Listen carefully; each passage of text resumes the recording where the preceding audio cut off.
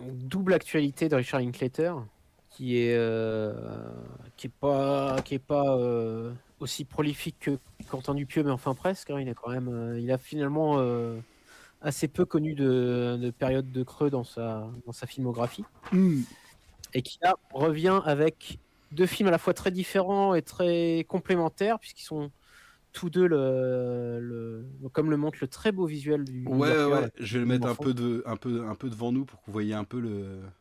Donc c'est un dessinateur qui s'appelle Javi Aznarez qui l'a fait pour le New Yorker et donc a bien saisi quand même à la fois les différences et ce qui rapproche les deux films. Donc Mm. voilà, je me suis permis de le prendre en fond. Ouais, donc comme je le disais, films différents et à la fois complémentaires, puisqu'ils sont tous les deux des portraits d'artistes finalement. L'un est un jeune artiste, un jeune critique de cinéma qui veut désespérément devenir réalisateur. Il s'appelle Jean-Luc Godard, il fera un film qui s'appelle À bout de souffle. Et le second film, c'est sur Robert Lorenz, si je ne me trompe pas de nom. Non, Lorenz Hart. Ah, Lawrence Hart. Ouais, Je croyais que c'était le nom du... Ah oui, Lawrence Hart. Ouais, ouais, effectivement. Euh, Ah oui, non, c'est Hart et Rogers. Ok, oui, c'est je ça, croyais que ouais. c'était Lawrence et Hart, le duo. Donc Lawrence Hart, qui est un parolier, en fait, qui a une carrière pléthorique, qui a composé énormément de chansons, encore très célèbres aujourd'hui d'ailleurs, enfin, qui sont quand même des gros standards, quoi. Et dont le partenaire, en fait, va momentanément se séparer de lui pour faire sa comédie musicale avec quelqu'un d'autre, et qui va connaître le gros succès de sa carrière, lui, de son côté. Tandis que voilà, Lawrence Hart assiste à la première de cette pièce, un peu désabusé, un peu aigri, quoi. Bah alors, on peut commencer, ouais, peut-être par. Donc, ouais, les deux films, donc c'est Blue Moon d'un côté et Nouvelle Vague de l'autre. Tout à fait. Donc, ouais, je disais Blue Moon, ouais, sur Lorenz Hart, moi qui était un personnage que je ne connaissais pas. Et, Non, euh, non, bah, c'est vrai que ça remonte, hein. et même, du coup, Richard Rogers, donc, qui est son compositeur, lui était parolier et son compositeur. Et donc, Mhm. qui a formé un nouveau duo avec Hammerstein. Et donc je ne connaissais pas non plus en fait ce duo et pourtant on aurait dû parce que ils ont quand même fait des gros classiques. Mais c'est notre problème de problème de français, c'est qu'on connaît pas trop les comédies musicales Et américaines. ouais, c'est vrai, hein, le Broadway, c'est toute une culture qu'on n'a pas forcément. Hmm. Enfin, ou de très loin, quoi. Très lointainement. Ouais, ouais. Et pourtant bah ouais, si Oklahoma, bon on connaît quand même au moins deux Oklahoma. noms quoi. Bah, moi, je connais parce qu'il chante une chanson dans Quand il rencontre Salim, par exemple. Mais Ouais. Oklahoma avec avec un point d'exclamation. Hmm. Ça revient aussi dans les Simpsons. Je sais qu'il y a il y a des parodies là où Bart et Milhouse refont des morceaux d'Oklahoma. Ouais, après, même si je connais pas la pièce, on peut quand même avoir une idée du succès qu'il a représenté à l'époque, quoi. Hmm. Et après Oklahoma, le duo, il signera aussi Le Roi et moi, Ouais. donc qui a donné le film avec Yul Brynner. Et surtout, bah, là pour le coup pareil, on connaît quand même au moins deux noms, c'est La Mélodie du Bonheur. Ah ouais. Ouais, ils ont fait La Ah Mélodie ouais. du Bonheur aussi ensemble, donc c'est vraiment quand on dit ouais, c'est des cadors de Broadway en fait quoi. Mm. Tandis que Lawrence Hart, lui, était donc parolier sur une pléthore de chansons qu'il a composées avec Richard Rodgers, parmi lesquelles évidemment Blue Moon, qui donne son titre au film. D'ailleurs, l'ironie du film, c'est que donc le film s'appelle Blue Moon, alors que le Hart lui-même, en fait, n'aimait pas du tout cette chanson. Voilà, donc il a fallu changer le titre et changer un peu les paroles pour satisfaire les producteurs, etc. Et c'est la chanson qui lui accordera la postérité, en fait, quelque part. Hmm. Ah, de Et toute façon, c'est une chanson. le film est tragique à mort, hein. Ouais, ouais. Et une chanson qu'on connaît bien en tant que cinéphile, ne serait-ce que pour le loup-garou de Le Londres. loup-garou de Londres évidemment, Mm. qui est pendant sa transformation, c'est ça non? Ouais, c'est ça, ouais. Et que peut-être le générique de début aussi, ou le générique de fin, je ne sais plus. Enfin, voilà. Et Non, donc, effectivement. le générique de fin, c'est Blue, Blue, Blue, Blue Moon. Ah oui, d'accord. Donc c'est un autre Blue Moon, quoi. Ah, d'accord. Non, bah, ça doit être ouais, pendant la transformation. Ouais. Hmm. Enfin, voilà. Et donc, alors, le film, Blue Moon, c'est donc du théâtre filmé, hein, véritablement, mais pour moi, selon moi, dans la plus belle illustration du truc, puisqu'en fait, on suit le personnage. Il a été voir la première de Oklahoma, qui l'a dégoûté un petit peu, et donc il se rend ensuite au bar où va se tenir l'after party de la représentation. Et Bad Moon Rising, c'est en attendant la transformation dans Loup-garou de Londres. Mais une fois la transformation faite, ça part sur Blue Moon. Et donc il se rend au bar, voilà, où va se tenir l'after party, et voilà, et dans une soirée où il compte séduire une jeune étudiante qu'il a choisie comme mentor, et où il va aussi donner sa vision désabusée de l'art auprès du barman interprété par Bobby Cannavale. Voilà. Et en attendant de pouvoir féliciter Rogers pendant le reste de la soirée. Et donc ouais, donc tout le film se passe dans ce fameux bar en fait. Voilà. Alors c'est quand même un film extrêmement dialogué. Enfin, extrêmement dialogué. C'est pour ça l'aspect théâtre filmé, au-delà de l'unité d'action, enfin de lieu et d'action, c'est qu'il y a beaucoup de dialogue. Richard Linklater a toujours été de toute façon un cinéaste porté sur le verbe, dans la trilogie des Afters. Voilà. Il a beaucoup fait de films où les personnages échangent sur leur philosophie, sur leur vision de la vie, etc. Et donc ce film-là compris. Donc ça peut rebuter des spectateurs. Moi, je trouve que en fait, ça devient tellement... les dialogues deviennent enivrants en fait au bout d'un moment, quoi. Tellement ça discute, etc. Et on est effectivement dans ce contexte de Broadway des années 40 qui peuvent nous sembler assez étrangers. Il y a un petit peu de name dropping, etc. Mais voilà, ça a un peu rappelé Manque, je pense, à des personnes qui n'auraient pas été très sensibles au cinéma des années 40, par exemple. Ça a peut-être un peu rappelé Manque de David Fincher là-dessus. Sur le côté, il y a beaucoup de noms, il y a beaucoup de choses qui passent dans les dialogues et qu'on n'a pas forcément à l'esprit, mais bon. Alors moi, il y a un truc que j'ai trouvé assez bizarre au début, dès le début du film en fait. Mais de toute façon, c'est un peu pour lier les personnages, donc d'Ethan Hawke et Bobby Cannavale. En fait, c'est cette référence à Casablanca. Ouais. Et en fait, le film se passe en 43. Et le film vient de sortir et ils en parlent comme si c'était un classique.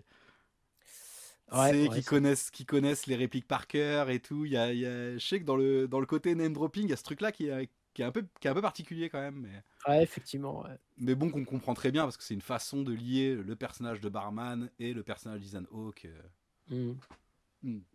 Oui, et donc Lawrence Hart effectivement est interprété par Ethan Hawke, rapetissé, grimé. Oui, parce que j'ai vu sur internet en fait que du coup le vrai Lawrence Hart mesurait 1m56.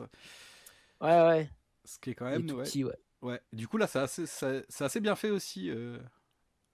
Bah c'est des moi ça se voit quand même, enfin l'effet, mais tu sais pas toujours trop comment ils ont fait. Je pense que c'est vraiment de la perspective forcée. Ah ouais, complètement. Je pense qu'il joue à genoux en fait. Il y a que quelques plans où on le voit de plein pied.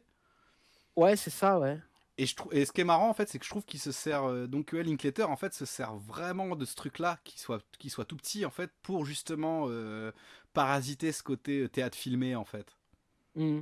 C'est de ce truc-là qui sert pour justement mettre des perspectives.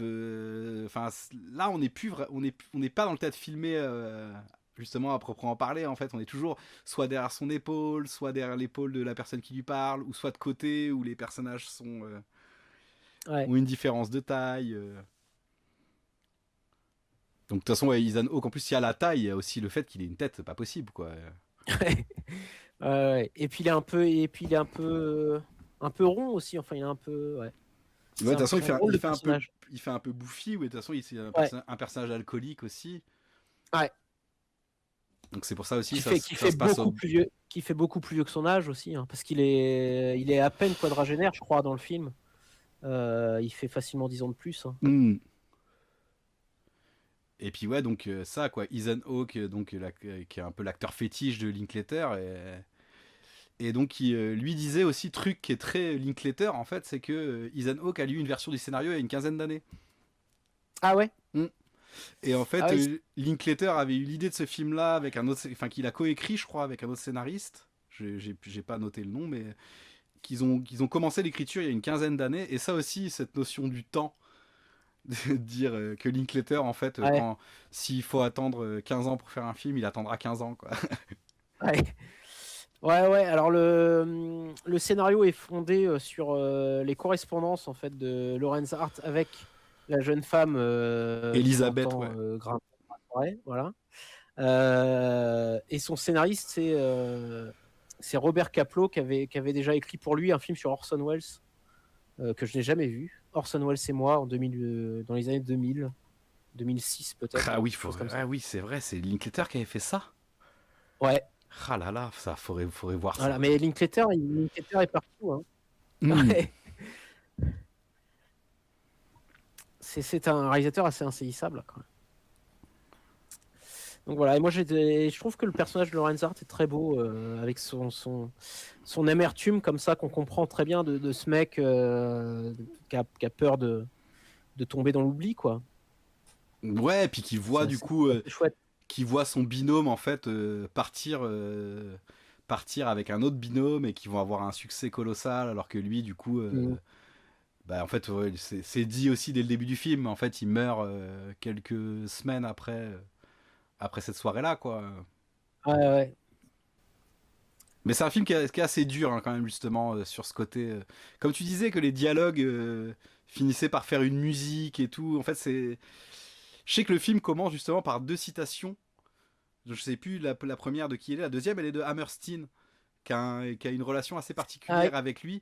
Et en fait, la première citation dit c'est le personnage le plus affable, le plus drôle que j'ai rencontré. La deuxième citation, c'est le personnage le plus triste que j'ai rencontré de ma vie, quoi. Et en fait, on est un peu Mm. sur ce truc-là Ouais. pendant tout le film, qu'en fait, il peut être très drôle, très spirituel, il peut être aussi très triste et même amer, voire un peu méchant. Et des fois, c'est même quand il dit des trucs marrants qu'il est Mm. triste. Et quand il dit des trucs amers, qu'il est émouvant en fait. Enfin... Ouais. Donc je sais aussi Voilà, c'était que un chouette personnage. je sais que aussi que du coup Linklater lui voulait que ce soit Ethan Hawke qui le joue et en fait il a attendu 15 ans aussi pour que Ethan Hawke soit moins beau, ce qu'il disait. Ah ouais. Ouais. Ouais, ils l'ont bien grimé quand même pour le film, hein, quand même. Ouais, et puis lui il fait Avec aussi sa calvitie et tout. lui aussi fait des sacrés trolls et tout, il y a des plans où on dirait Jim Carrey qui fait des Ouais. grimaces. Mais par contre, c'est sûr que Donc voilà. c'est pas un film par contre effectivement c'est pas un film très aimable. Et puis cette Ouais, c'est un film qui forme, peut être on dit, difficile. Ouais. et puis cette forme justement, ouais, c'est ce huis clos en fait, très bavard, très.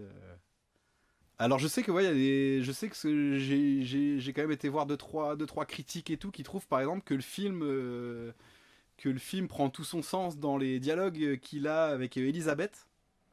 Mm.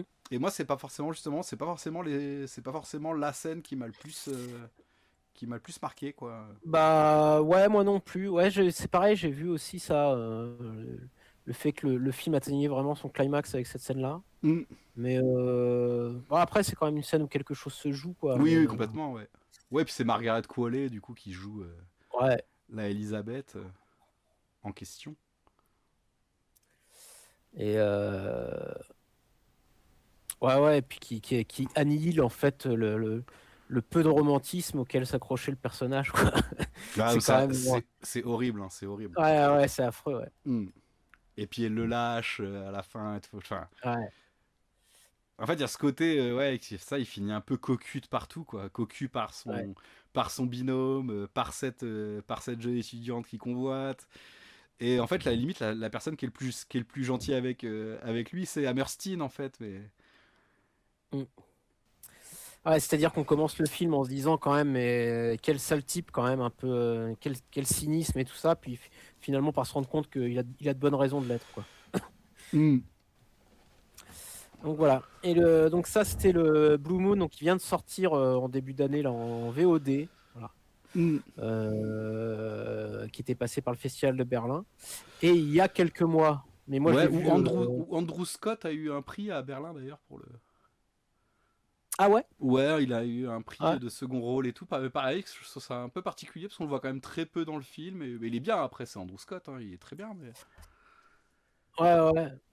Oui, Bah, le film a des nominations aux Oscars aussi. Hmm. Mais oui, effectivement, il a eu un prix, effectivement. Ouais, il est bien. C'est vrai que Andrew Scott, il fait bien vivre aussi le côté, genre, bon, il veut l'aider quand même, il veut continuer de travailler avec lui, mais en même temps, il sent qu'il est un peu infréquentable, etc. Enfin, tu sens qu'il essaye de le manipuler avec précaution quand même, Hmm. Lorenz Hart, quoi. Ouais, ouais. Donc voilà, mes nouvelles vagues, lui, était passé par le Festival de Cannes, donc il est reparti bredouille du palmarès. Voilà, où il a eu un accueil assez contrasté aussi, hein. Un accueil critique un peu mitigé. Ah ouais? Moi, je pensais Bah, qu'il avait été bien reçu, mais. bah, il a été plutôt bien reçu, mais moi j'ai quand même vu passer des critiques très négatives à son sujet. Ok. Voilà, mais après effectivement il s'est retrouvé plus tard au Festival Télérama. Moi c'est ce qui m'a permis de le rattraper en début d'année au cinéma, quoi. Hmm. Et il va ressortir aussi au ciné le mois prochain. Parce que vu qu'il se retrouve avec Ah, aux 10 nominations au César, hein. ouais, max de nominations au César, du coup, ouais, le distributeur leur sort en salle en février là. Ah ouais. Donc Euh, c'est ça qui est assez fou en fait, c'est de se dire que quand on dit que les deux films se répondent, en fait, c'est qu'on a un film qui sort en VOD et un film qui a eu 3 sorties ciné en fait quoi. ouais, c'est vrai. Voilà. Et donc, Nouvelle Vague, alors et encore une fois, on parle d'un Richard Linklater assez insaisissable, parce que là, Nouvelle Vague, c'est aussi un projet assez étrange, puisque je crois qu'il est quand même à l'origine du projet, puisque ces scénaristes, les scénaristes qui l'ont écrit sont des scénaristes qui a travaillé avec lui auparavant.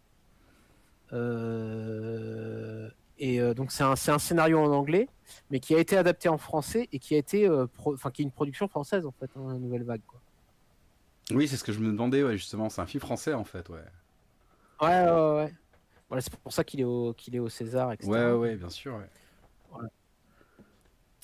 Donc, et qui est un film alors là, et qui s'oppose effectivement à Blue Moon, parce que là pour le coup on n'est pas du tout dans du théâtre filmé, hein, bien au contraire, on est dans un film qui sort dans la rue, hein, voilà, qui est en noir et blanc. C'est même le principe quoi, vu qu'il revient donc sur le tournage Ouais, de. ouais, d'à bout de souffle. Ouais. Et qui est alors donc voilà, Blue Moon c'est un film centré sur une figure, là où Nouvelle Vague est un film très collectif où il y a beaucoup de personnages à l'écran en noir et blanc.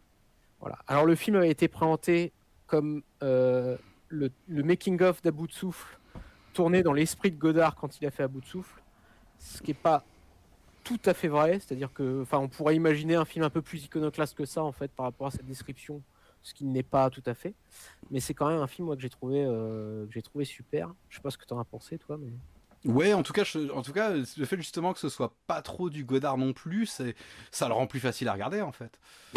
Oui, clairement, ouais. Carrément. Après, il y a quand même, bon, il met quand même des petites brûlures de cigarettes, etc. Il met quand même ces petits trucs-là, ces petits éléments-là pour faire revivre les années 50. Ouais, mais c'est pas forcément Euh, justement les trucs les plus heureux, je trouve, du film. ouais, moi je trouve que c'est sympa. Je peux comprendre qu'on puisse prendre ça pour de la coquetterie, mais moi je trouve ça pas mal, quoi. Alors qu'après, par contre, à côté de ça, par contre, toute la reconstitution est assez folle en fait. Ouais, Bah même c'est assez phénoménal, ouais. jusqu'au casting où ils ont Ouais, vraiment ouais, pris des gens qui ressemblent beaucoup quoi. Enfin, qui ont tous un truc en tout cas du. ouais, ouais, ouais. Bah, en fait, ce qui est formidable, c'est qu'ils ressemblent beaucoup, mais en même temps, tu sens qu'ils n'ont pas non plus forcément recherché la ressemblance à tout prix. Ça reste assez libre dans le cast. Donc, dans un casting composé de jeunes acteurs français inconnus pour la plupart, la seule célébrité du casting, c'est Zoé Deutsch, en fait. Enfin, Non. la célébrité relative. Ouais, mais c'est normal aussi vu que Gene Seberg aussi était la seule Et ben célébrité voilà, de. c'est ça, en fait. Ouais, ouais, c'est totalement cohérent, quoi. Euh, et, euh, et donc, Et là aussi, on est sur un truc qu'oppose les deux films où dans Blue Moon, il joue il fait jouer son acteur fétiche, là où dans Nouvelle Vague, en fait, il se retrouve avec une génération de jeunes acteurs, quoi. ouais, et dont ils parlent même pas la même langue, d'ailleurs. Hmm. Et, Et ouais, moi je trouvais le film formidable. Et puis moi, j'aime bien que le fait que le film soit finalement assez différent de Godard. Moi, ce que j'aime bien, c'est que je trouve que la poésie de Nouvelle Vague, c'est qu'il parle d'un film qui s'est fait par des mecs, tu vois, genre Jean-Luc Godard, s'il a pas d'idée, il arrête son tournage. Enfin, le planning de tournage, c'est n'importe quoi. Les mecs tournent avec des caméras très légères dans la rue. Ils ont besoin d'une bagnole, tu vois, pour leur film. Hmm. Et ce qui est beau, c'est que Richard Linklater, lui, pour faire revivre le tournage de ce film-là, bon bah lui, par contre, il faut qu'il se casse le cul à avoir toute une rue avec plein de bagnoles d'époque, etc. Et où tu sens que la reconstitution est très soignée et où tu sens qu'en fait, en réalité, la spontanéité dans son film, elle est finalement très, très, très construite, quoi. Ouais, je sais même pas Et, comment ils ont fait plein de trucs. Enfin, c'est assez hallucinant. Je me demande s'il y a pas il y a du numérique là-dedans en fait pour refaire certains fonds de décor. sans doute. Alors après, Linklater, ils disent ce qui fonctionne bien, c'est qu'il inclut aussi des images d'archives de Paris. Tu vois, il faut des petits des petits inserts d'images d'archives de Paris de l'époque, etc., qui mêlent à ces scènes. Et il disait que ça permet de faire illusion, hein, mine de rien. Voilà, hein, quand c'est adroitement fait au montage, ça passe, quoi. Hmm. Et, Ouais, il y avait un autre film cette année aussi qui avait fait un truc un peu. Enfin, c'était servi d'image d'archives. C'était L'inconnu de la Grande Arche. ouais. Où en fait ils n'avaient pas d'argent, pas suffisamment d'argent pour faire une telle reconstitution. Donc en fait ils ont incrusté des acteurs dans des images d'archives. Voire même, Ah, et c'est comme ça qu'ils se vont ouais, sur les Champs-Élysées, là? voire même des fautes. Je pense que la scène des Champs-Élysées a été tournée aux Champs-Élysées par contre. Ouais. Mais les scènes où on voit la grande arche en construction, tout ça, en fait, ils ont même incrusté des acteurs non pas dans des vidéos d'archives, mais dans des photos d'archives qu'ils Ah ont ouais. animées en faisant genre, je sais pas, ils ont fait bouger les nuages, ils ont fait bouger un véhicule de chantier. Mm. Très bon film aussi, ça, L'Inconnu de la Grande Arche.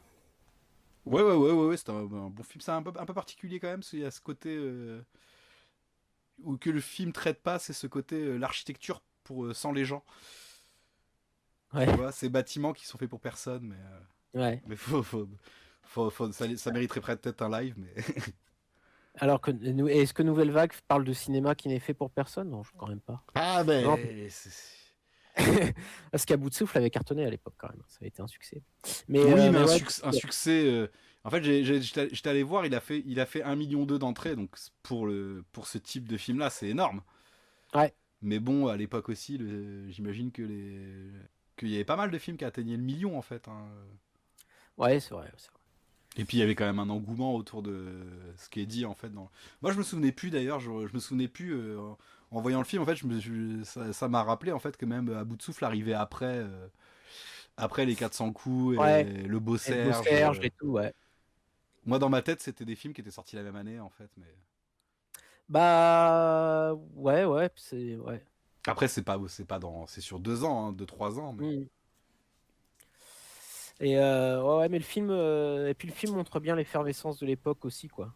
Alors là, pour le coup, on parlait de name dropping sur Blue Moon. Là, c'est carrément tous les personnages sont présentés face caméra avec le nom marqué à l'écran. Mm.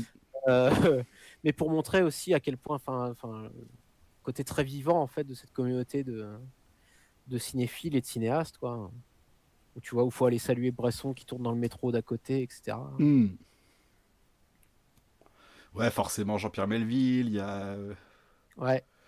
Il y a Melville, il y a toute la bande des Cahiers, il y a Roberto Rossellini aussi. Rossellini, ouais, qui va rendre visite. C'est assez marrant ça, ce Il y truc-là. a Jean Cocteau aussi qui est, À la première des 400. Non, c'est quoi, c'est 400 ouais, coups, ouais. qui est au jury de Cannes l'année où les 400 coups est présenté. Ouais. Hmm. Donc voilà, moi c'est ça que j'aime bien dans le film, moi, le côté. Et puis pareil, en fait, pour faire le film, il a eu accès au planning de tournage en fait très détaillé d'à bout de souffle, quoi. Et donc ça, c'est pareil aussi, c'est de se dire que le mec reconstitue un planning qui était complètement anarchique et qu'il le reconstitue dans ses moindres détails. Hmm. Ouais, je me demandais justement s'il y avait eu un journal de bord ou un. Bah Parce que là, apparemment, ouais, le film reprend vraiment, ouais, jour pour jour. ouais, jour par jour le tournage. Alors il montre pas la post-production, ce que je trouve un peu dommage. Moi, j'aurais bien aimé Pareil. savoir comment le film avait été mis en musique, par exemple, des choses comme ça. Hmm. Linklater justifie ça. J'ai vu dans un entretien qui disait que visuellement c'est pas très passionnant en fait, la post-production, du montage, etc. Je sais pas. Je suis pas tout à fait d'accord avec lui, surtout quand on a vu un film comme les Fabelmans, par exemple. Bon, on peut douter de ça, quoi. Mais Ouais, c'est sûr, sachant en plus, vu Godard, justement, en fait, Mm. où quand même une partie de son ciné aussi vient justement de ce travail de montage. ouais. Enfin, c'est quand même un mec qui aussi, au bout d'un moment, faisait même du montage sans tournage, en fait, quoi. Mm. Donc, Donc après, ce qui est marrant, c'est qu'on disait ouais, que les deux films avec Blue Moon se répondent bien aussi. C'est ce côté justement comment se renvoient ces deux personnages qui sont changeants, on va dire quoi. Alors, il y en a un, il est changeant tragique et l'autre, il est plutôt changeant rigolo en fait. Mais Godard est plutôt changeant rigolo. oui, parce que le film ainsi, enfin, en fait quand même plus un gimmick de comédie en fait de ce Ouais, côté. ouais. Ce côté un peu poseur, un peu qui parle avec paraphorisme et tout, quoi. Hmm, Ouais. sacré Jean cul. Mais du coup, le film, forcément, moi j'ai quand même pensé, parce que c'est un film que j'aime beaucoup, c'est Le Redoutable en fait. Ouais. Ouais, moi aussi, j'aime beaucoup Le Redoutable. Mais on n'est pas beaucoup, hein, je crois. Hein. Ouais, c'est dommage, mais. Parce que je trouve en fait limite que le redoutable Godard reste un faquin. Qui a fait pleurer Agnès Varda. Linklater réussit-il à retranscrire cet aspect de sa personnalité? Il l'élude.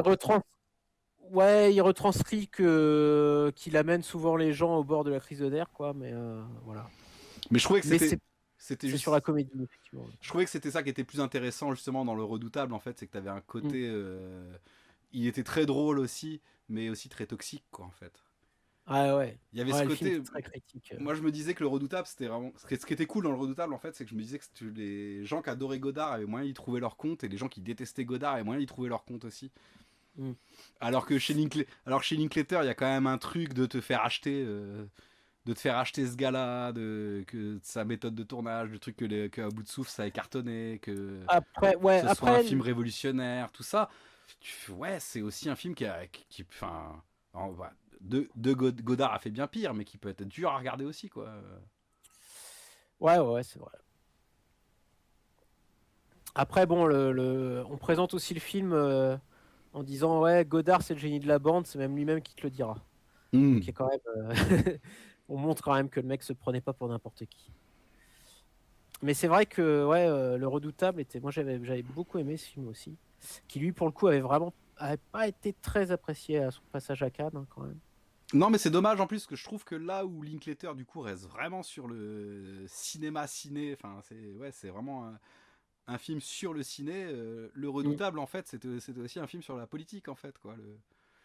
Ouais, et puis le côté. Comment être artiste de gauche, comment Ouais, ce gars-là en fait pouvait réussir à faire de la politique dans son cinéma ouais, et puis et à faire du cinéma dans la politique. et puis à se déconnecter de la réalité aussi, quoi. Ouais. T'as l'impression qu'il y avait une société qui était arrivée à ce qu'elle était grâce un peu à ces films, et qu'une fois qu'elle en était arrivée à ce niveau-là, lui était complètement déphasé, quoi. Mm. Et que c'était marrant aussi le fait que aussi Azanavicius en fait arrivait à prendre pour le coup vraiment des effets de style de Godard en fait qui puisait un peu tous les gros éléments de toute sa filmo et tout, et pour le coup pour en faire vraiment des motifs plus pop que ce qui sont vraiment chez Godard en fait. Ouais. T'as ce truc, t'as ce truc des Godard en fait, c'est que tu fais ok, il y a Tarantino qui se réclame de lui, le faquin. Mais les trucs, c'est que les films sont assez chiants en fait. Hein. T'as toujours ce truc en fait, c'est que Godard, c'est, je trouve, enfin moi, perso, je trouve que c'est toujours plus intéressant plus marrant en fait, de l'écouter parler lui en fait, que de regarder ses films en fait. Tu sais, c'est un côté, l'idée de ses films est meilleure que les films eux-mêmes en fait quoi. Ouais. Ouais, ça dépend. C'est pas le cas de tous ces films, mais ouais, c'est vrai, c'est un peu vrai. Et Après, mais on en tout pourrait. cas, Ouais, ouais, c'est ça, tout le monde a ses Godard qui sauvent un peu, quoi. À bout de souffle, forcément, c'est pas le. Déjà, il est pas très long. moi Il j'aime dure une beaucoup heure Une 20. femme est une femme aussi. Alphaville aussi Alphaville. se regarde bien, quoi, mais. Enfin bon, mais en tout cas, ce qui est marrant, c'est j'ai quand même vu des critiques très négatives de Nouvelle Vague. Et ce qui est marrant, c'est qu'à chaque fois que les gens critiquent Nouvelle Vague, ça devient un peu chauvin.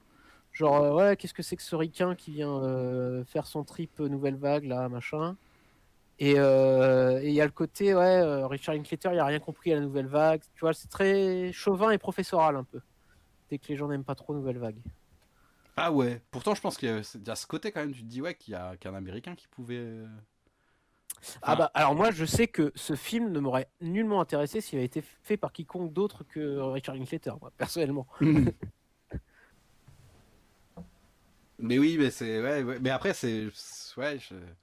Comme il doit y avoir des fans de Godard aussi qui s'y retrouvent pas dans ce côté.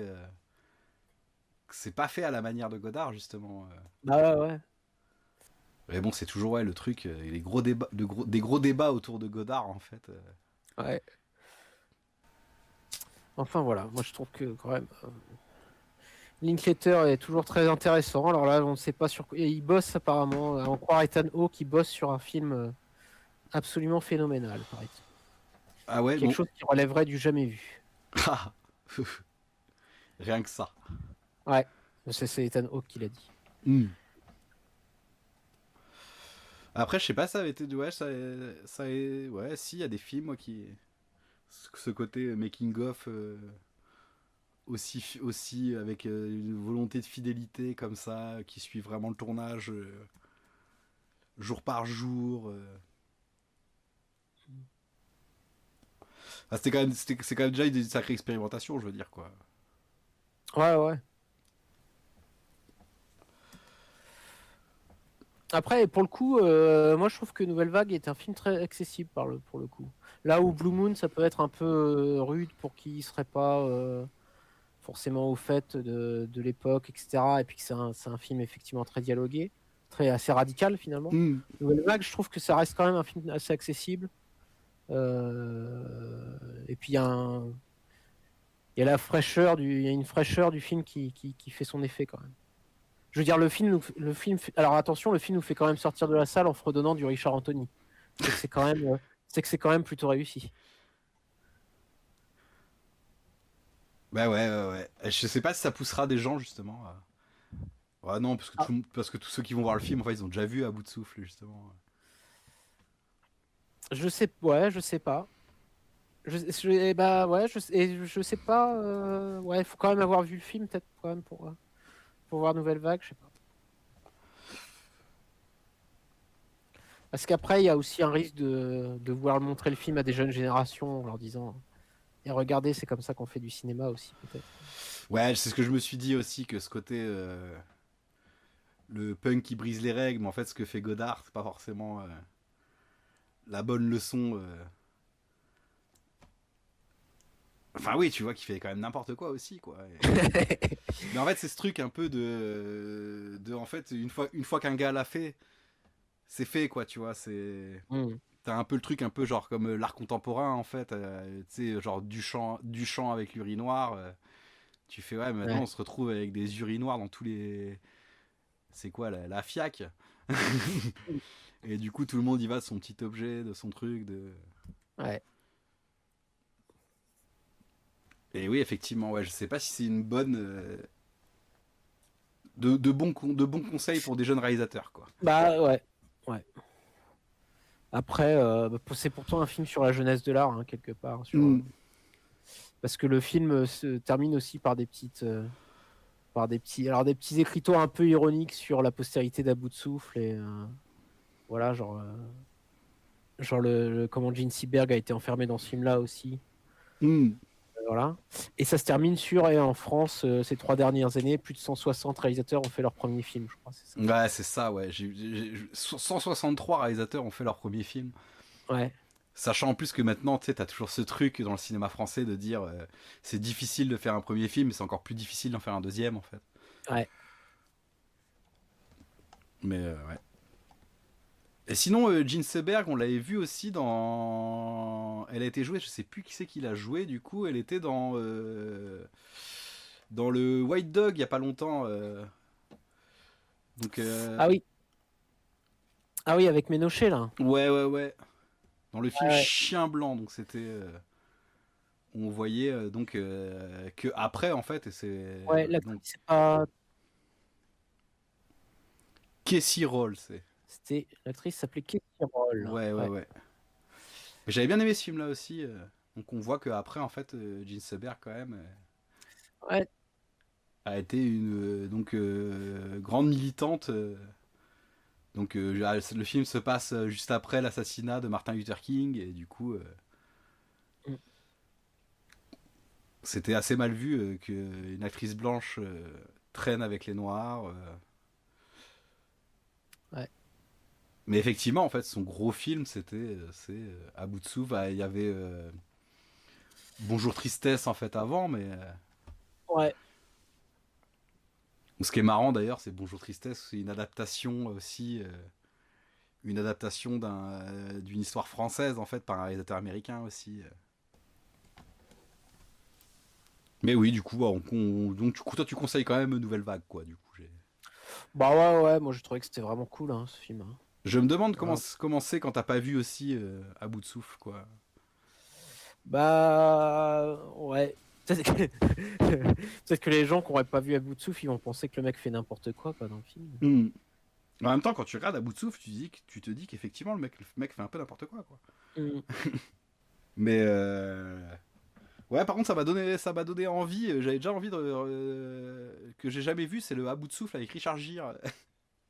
Mais ouais, alors moi c'est ouais ouais, mais il a une bonne répute en fait ce film quoi. Ah ouais. Je sais que dans le mec qui arrête pas d'en parler, c'est Luc Lagier là qui fait les blow-up sur Arte là, tu vois. Ok. Et lui il le cite tout le temps le film quoi. Il l'aime vraiment beaucoup et tout quoi. Mais je crois qu'il va ressortir en Blu-ray là dans pas longtemps ou un truc comme ça. Faudrait y jeter un œil, hein. Ah ouais. Faudrait que Linklater refasse un film sur la création Ouais, avec Richard Gere. avec Richard Gere de D.A.J. ouais. Ouais, je crois que c'est un film qui a dû marquer quelques jeunes cinéphiles dans les années 80 parce il doit dater des débuts des années Ouais, 80, je c'est crois. ça, ouais, ouais. Je sais même pas qui l'a fait du coup. Attends, je vérifie ça. De Jim McBride, 83. Bon, bah faudra voir ça. Mm. Bon, c'est ça qui est cool aussi, du coup le Linklater aussi, ça fait se replonger dans tous ces films-là qu'on laisse de côté en fait quand t'es pas en fac de ciné, hein. Ouais, c'est vrai. Mais voilà quoi. Donc je sais pas si t'avais d'autres trucs à... Oh là, ça a déjà fait un beau programme pour ce soir. Ah bah oui, oui. Si t'avais d'autres trucs à redire sur Avatar sûrement, mais... Ouais, bah faudra que je le revoie. On refera un live peut-être. Hmm. J'aurais bien voulu savoir ce que Jean-Luc Godard aurait pensé de Avatar. Ouais, je ne sais pas. Et puis bah voilà quoi, on vous redira quand on fera un petit live et puis voilà quoi. Bonne soirée. Bonne soirée, bonne nuit. Allez voir des films. N'oubliez pas, le cinéma, c'est 24 fois la vérité par seconde.